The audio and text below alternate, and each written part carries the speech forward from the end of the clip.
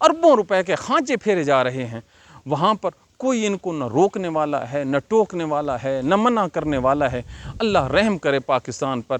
اب اللہ رحم کیا خاک کرے گا؟ اللہ قرآن میں ارشاد فرماتا ہے جو بھی مرا اپنے کرتوتوں سے مرا۔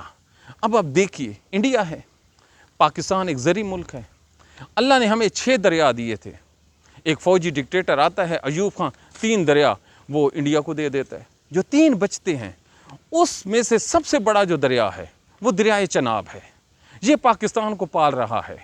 پاکستان کی ساری جو زرعی زمین ہے بیشتر وہ اسی کے ذریعے سیراب ہوتی ہے۔ اب اس پر انڈیا نے 23.5 ارب ڈالر کا ایک پروجیکٹ وہاں پر شروع کیا ہے۔ اس کے مطابق ہونا کیا ہے، وہ دریائے چناب کے اوپر ایک سرنگ کھودیں گے، اس سرنگ کے ذریعے سے جو دریائے چناب کا سارا پانی ہے یہ دریائے بیاس میں چلا جائے گا۔ دریائے بیاس سارا کا سارا انڈیا کی ملکیت ہے، اور پاکستان کے پیچھے کیا رہ جائے گی؟ مریم نواز، پاکستان تحریک انصاف، نون لیگ، کچھ بھی نہیں بچے گا، پاکستان کی فوج بھی نہیں بچے گی۔ یہ اتنا ظالم منصوبہ ہے، یہ پاکستان کی بقا، یہ 1971 سے بھی بڑی جنگ کا آغاز ہے جو انڈیا نے ہمارے اوپر کیا ہے۔ لیکن بجائے اس کے کہ یہ منصوبہ جب شروع ہوتا ہے، دنیا کا کوئی اور دیش ہوتا تو وہ پوری دنیا میں آگ لگا دیتا، پریس کانفرنس اوپر پریس کانفرنس ہوتی، احتجاج ہوتا، میڈیا ایکٹیوسٹ ہو جاتا، سوشل میڈیا پہ ڈیبیٹس ہوتی اور اپنے حق کے لیے کھڑا ہو جاتا ہے۔ لیکن یہاں پر ہماری پریورٹی کیا ہے؟ ایک مومنہ اداکارہ ہے، اس نے 18 کروڑ کے تحفے لیے ہیں، یہ پاکستان کے پرائم ٹائم پہ ڈیبیٹ ہو رہی ہے۔ ایک چدھڑ ہے، اس نے دیا ہے، پھر سوشل میڈیا ہے، پھر اس کے چٹکلے ہیں۔ اب آپ خود اندازہ لگائیے۔ دوسری طرف محسن نقوی ہے، وہ آ رہا ہے، وہ جا رہا ہے، ایران کی ثالثی ہے۔ ہمیں تو انٹرنیشنل پولیٹکس سے فرصت نہیں ہے، اور پاکستان کے حکمران ہیں، پاکستان کا فیلڈ مارشل ہے، طیارہ ہے، کبھی ایران جا رہا ہے، کبھی ترکی جا رہا ہے، کبھی سعودی عرب میں بیٹھے ہیں، اور ہمیں انٹرنیشنل جو ہے شہرت کی پڑی ہے، ہم دنیا کو بچانے چلے ہیں، جبکہ اپنی حالت یہ ہے کہ ہمارے جو گلا ہے اس کو پکڑ لیا گیا ہے۔ لیکن کوئی یہاں پر سوچنے والا نہیں۔ اگر سوچنے والے ہوتے، اتنے ہی درد دل رکھنے والے ہوتے یہ پاکستان کے محب وطن، تو ہمارے دریاؤں پر 10 کے قریب انڈیا ڈیم بنا کے وہاں پر وہ اپنے جو کھیتی باڑی ہے اور اپنے جو کسانوں کو مفت بجلیاں دے رہا ہوتا۔ یہ کہاں سے آ رہے ہیں پیسے؟ حضور، یہ یہیں سے آ رہے ہیں۔ اور کبھی آپ تحقیق کیجئے ان ڈیموں کی جو سیمنٹ ہے وہ کن علاقوں سے ہو کر گئی ہے، آپ لوگوں کے ہوش ٹھکانے آ جائیں۔ لیکن ہمیں کس چیز کی پرواہ ہے؟ ہمیں پرواہ ہے اپنے مخالفین کی۔ نہ ہم اپنے مخالفین کی اس سوچ سے نکل پا رہے ہیں، نہ ہم پاکستان کو صحیح ٹریک پر لے کر آ رہے ہیں۔ اور خدا کے لیے پاکستانیوں، اگر آپ کو اپنے بچے عزیز ہیں، اگر آپ کو یہ ملک عزیز ہے، تو سوچ رکھیے، اگر یہ دریائے چناب کا منصوبہ اس کو نہ روکا گیا اس سٹیج پر، تو نہ قیامت والے دن آپ کی بخشش ہونی ہے، اور نہ ہی آپ کا پاکستان سلامت رہے گا، بالکل نہیں سلامت رہے گا۔ یہ کیسے ہو سکتا ہے کہ آپ کی غفلت پہ اللہ تعالیٰ آپ کو سزا نہ دے؟ اب آپ دیکھیے سزا، اللہ تعالیٰ نے آپ کو کاشن دیا ہے۔ آج اقوام متحدہ نے ایک لسٹ جاری کی ہے۔ یہ لسٹ کیا ہے؟ یہ ہے جی کہ دنیا کے 10 جو ملک ہیں جہاں پر آبادی زیادہ ہے اور غذا کم ہے، ان میں پاکستان بھی شامل ہو گیا ہے۔ کسی نے سوچا تھا؟ پاکستان زرعی ملک، ہم کھیتوں میں کھڑے ہو کر یہ پروگرام کر رہے ہیں، اور اللہ تعالیٰ کا کرم ہے پاکستان کے کسانوں پر، محنتی ہیں۔ لیکن کون ہے جو پاکستان کی زراعت کو برباد کر رہا ہے؟ کون ہے جو ان کی زمینوں پہ قبضے کر رہا ہے؟ یہی لوگ ہیں۔ پورے دنیا میں پاکستان آم بھیجتا تھا، آموں کے سیزن شروع ہوتے تھے۔ انہوں نے ملتان میں کیا کیا؟ DHA بنانے کے لیے انہوں نے جو آموں کے باغوں کے باغ ہیں ان کو برباد کر کے رکھ دیا۔ اب پاکستان میں آم آپ کو نظر آئیں گے؟ اب پاکستان میں آپ کو کوٹھیاں نظر آئیں گی، اور اس کوٹھیوں میں رہنے والے اپنے بچوں کو تصویریں دکھائیں گے کہ یہ آم ہے، یہ کسی پیڑ پہ لگتا ہے۔ یہ نہیں پتہ کہ بدبختو جس فرش پہ بیٹھے ہو اس کے نیچے جو آم کا درخت ہے وہ سسک کے رو بھی رہا ہے اور اللہ سے فریاد بھی کر رہا ہے، لیکن نہیں۔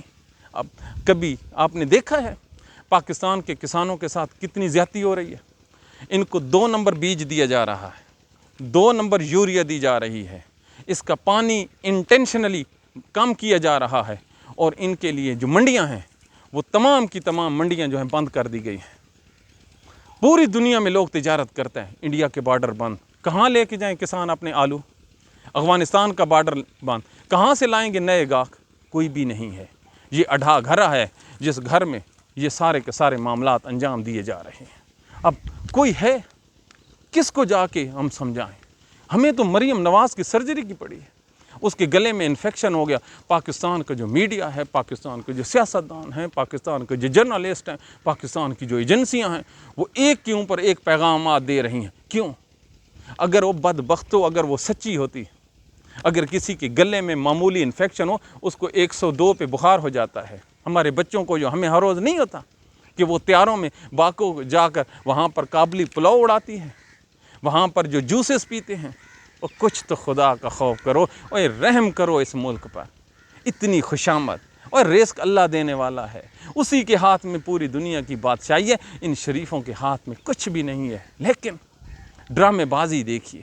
اب ڈراموں سے یاد آیا، ان کو روکنا کنہوں نے تھا؟ پاکستان کے ججوں نے تھا یا بیوروکریٹس نے؟ یہ ذرا بیوروکریٹس کی ایک ذرا ملاحظہ کیجیے۔ ایک بینک ہے پاکستان کا، نیشنل بینک آف پاکستان، یہ پاکستان کا سرکاری بینک ہے۔ وہاں پر جی انہوں نے کیا کیا ہے؟ رحمت علی حسینی جی، نام دیکھیے، حسین یہ کام کرتا تھا؟ ارے بدبخت، اس کی جو تنخواہ ہے، اس نے خود اپنی تنخواہ بڑھائی ہے 1,25,00,000 روپے۔ کہاں رہتے ہو؟ پاکستان میں؟ جی ہاں، 1 مہینے کی اب پر ڈے کا حساب لگاؤ۔ اور یہ بینک دیکھا ہے؟ یہ بینک سوائے بجلی کے بل جمع کروانے کے یا سرکاری جو چیک آتے ہیں، اس کے علاوہ اس بینک کا کوئی سروکار نہیں ہے۔ یہ اس ملک کو لوٹتے ہیں، اور پاکستان کا ایک جج، قربان جاؤں، دنیا میں ہمارے جوڈیشری کا نام کیا ہے؟ 143 نمبر کا، کہ دنیا میں اگر خراب ترین عدالتیں ہیں اپنی پرفارمنس میں، جہاں پہ کرپشن ہے، اور کرپشن انتہا کی ہے، پولیس کے بعد سب سے زیادہ جو کرپٹ ہیں پاکستان کی جوڈیشری ہے، پاکستان کے ججز ہے، یہاں پر ایمانداری نام کی کوئی چیز نہیں ہے۔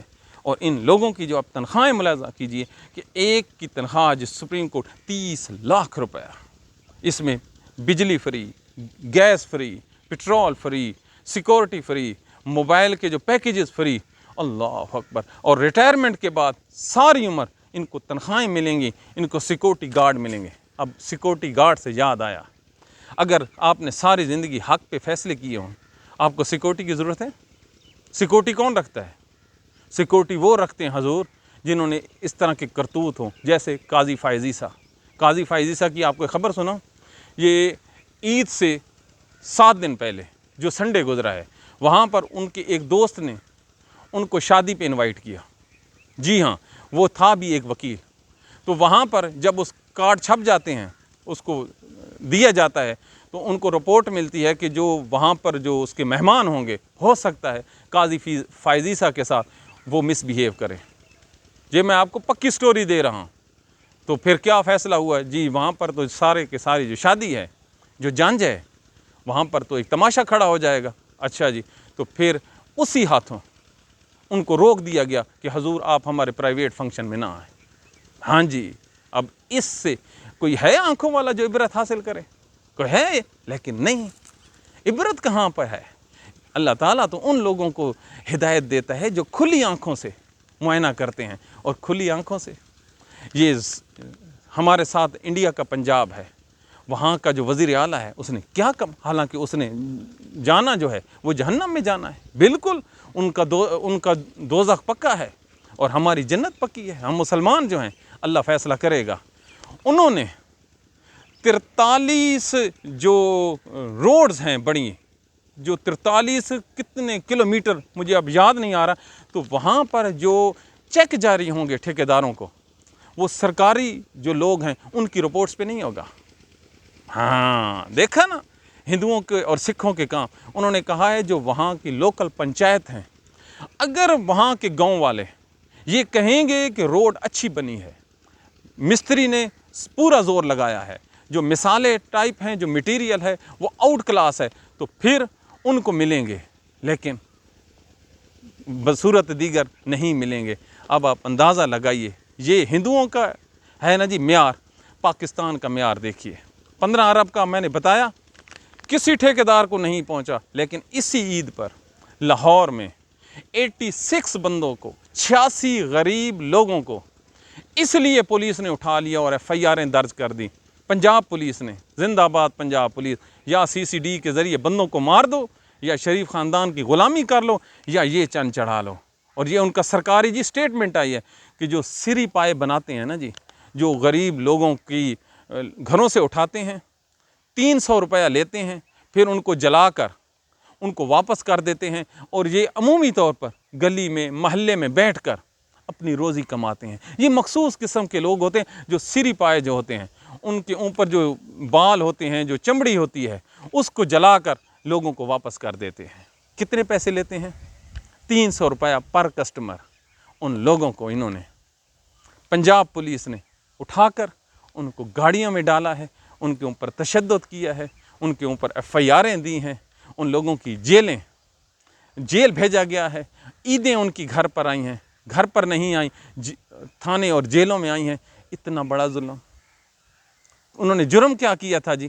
انہوں نے جو سری پائے تھے، جو پائے تھے، وہ انہوں نے ایس او پیز کے مطابق وہ نہیں جلا رہے تھے۔ ہائے ہائے ہائے، کیا ملک ہے قائد اعظم کا، خدا کی قسم!